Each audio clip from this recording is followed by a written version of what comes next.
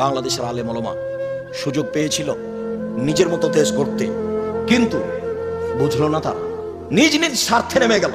সবাই বসে, যারা মনে করে আমরা কোরআন হাদিস বুঝি, হানাফি হোক, শাফি হোক, মালিকি হোক, হাম্বলি হোক, যেই হোক না কেন, তারা যদি নিজ স্বার্থ ত্যাগ করে বাংলাদেশের মাটিতে পরামর্শের ভিত্তিতে নেতা নির্বাচন হবে, এই পদক্ষেপ যদি তারা হাতে নিত, তাহলে যারা গাদ্দারি করেছে, করবে, এরা সুযোগ পেত না। কিন্তু আমি আর আপনি তো সুযোগ নিলাম। ছেলেগুলো জীবন দিল, মানুষগুলো জীবন দিল। পানি লাগবে, পানি লাগবে, সুযোগকে মাটির সাথে মিশিয়ে দিল। সবাই নিজ নিজ স্বার্থ নিয়ে চললো ধর্মের নামে। অবাক কথা, দেশের মুরগি জ্বালিয়ে দিয়ে ইন্ডিয়া থেকে ডিম নিয়ে আসতে হবে, এরাও নাকি দেশ চায়। দেশের কলকারখানা বন্ধ করে ইন্ডিয়া থেকে সবকিছু নিয়ে আসতে হবে, এরাও নাকি দেশ চায়। দেশের টাকা পয়সা বাহিরে দিয়ে দেশের শাসন ব্যবস্থা চালাতে হবে, এরাও নাকি দেশ চাই।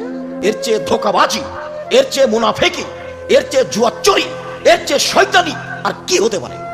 জাতির সাথে মুনাফেকি করে বিদ্যা দেখাও তুমি, জাতির সাথে মুনাফেকি করে নির্বাচন দেখাও তুমি, জাতির সাথে মুনাফেকি করে নেতৃত্ব দেখাও তুমি। এটা তোমার একটা আস্ত ধোঁকাবাজি। মুখে এক, ভিতরে আর এক, মুখে এক, ভিতরে আর এক। এর নাম নগদ মুনাফেক। এ হলো মুনাফেকি। এই আচরণ দিয়ে জাতির কল্যাণ আনা যাবে না।